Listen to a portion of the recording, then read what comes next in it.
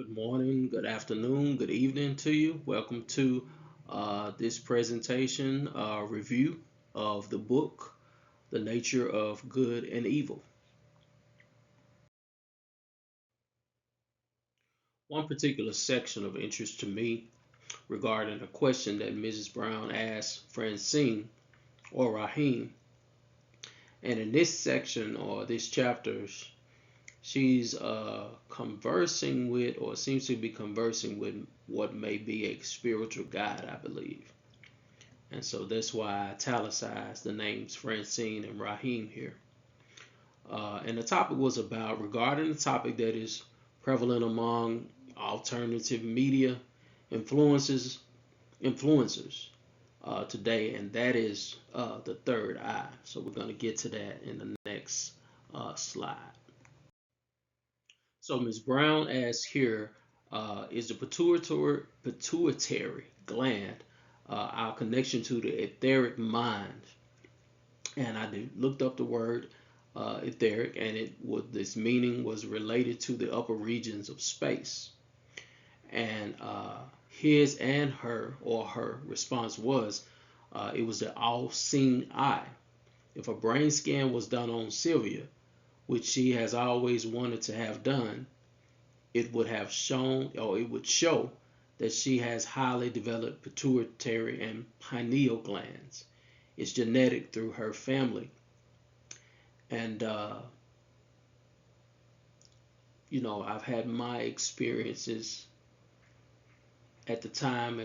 largely at the beginning time of my awakening with this. And I believe also that it is genetic. I believe it's genetic. It's through the experiences and dream life of my mother and perhaps my grandmother on my maternal side. So it may be something too. It has been spoken of in the past in general, and academic conversations about the female identity, having a high intuitive ability. And I don't think it's unable within males. Of course, I'm telling you my own experience, and I have listened to other male figures that have had similar experiences. So, but yeah, that's what she's asking here, trying to understand where's the etheric, or where's the esoteric knowledge coming from that goes beyond just being in a schoolhouse. Okay, so that's kind of what they were talking about here. In retrospect and presently, I believe that it's true of Mrs. Brown's genetic psychology and biology. Like I said earlier, it's also true of my own maternal line, as well as other known individuals.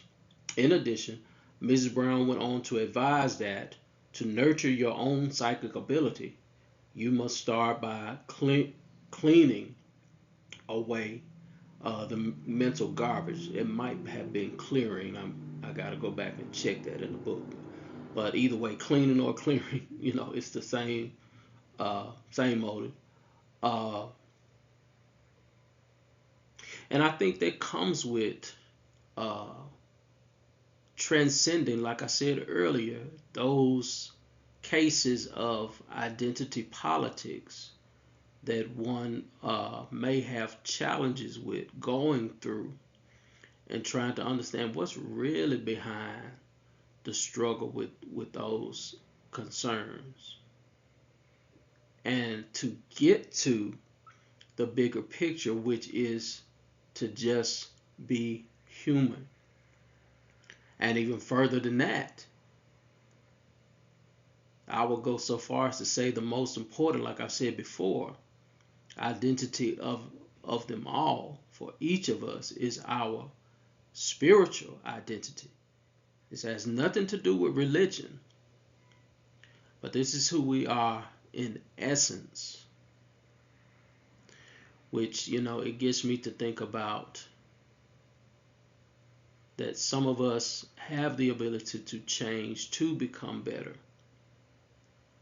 But I sometimes wonder if we have an essentialness or a quintessence to us. If that be the case, then maybe there are some that are just tares and cannot change.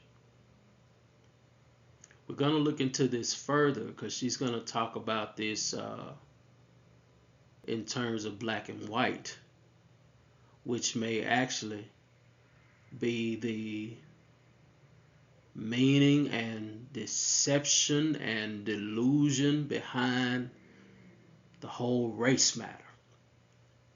We're going to look at that in a little bit. But yeah, like I said before, I think it's maternal, the intuitive ability.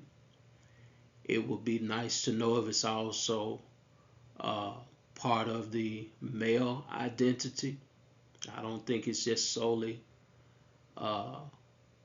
from the female aspect. There'll be more to look into, more to question, more to learn, more knowledge. But yeah, once I think you start to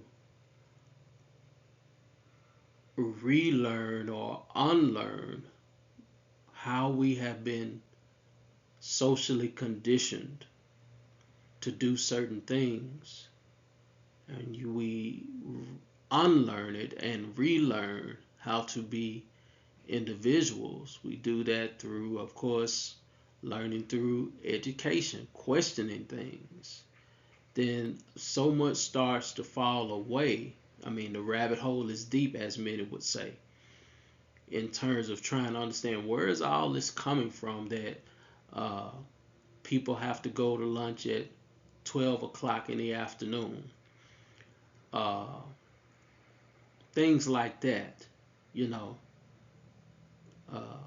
what if I'm not hungry at 12? What if I was hungry at 9 a.m. or whatever? Doesn't get hungry till about 3. Why can't that be changed? And when we start to look at such examples of social norms as such, and to see that there is a deception or falseness behind it, or there is no real reason for it,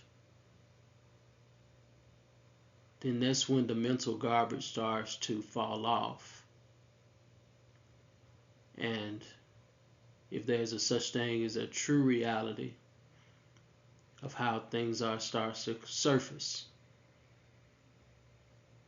And then somehow, from my own experience and that of others who start to wake up to these things that are deceptive, that you start to experience the attack from those that tend to want to remain without question. Again, it goes back to the quintessence of the tares. Can they change? We're going to get to that in a little bit. Ms. Brown goes on to say that some are fearful of their garbage, and even a few sleeping dragons. But once you face your dragons, you may find it's nothing more than yourself in a costume. The agnostics leap into places where no one would go because they wanted to advance faster. Thus the need to question. Thus the need to really educate. I conclude and ponder if she was figuratively describing the employment of shadow work, often mentioned as necessary or a necessary practice for self-actualization by a number of social media influencers and conventional writers and social scientists that promote the hero's journey, sigma maleism, and or solitude.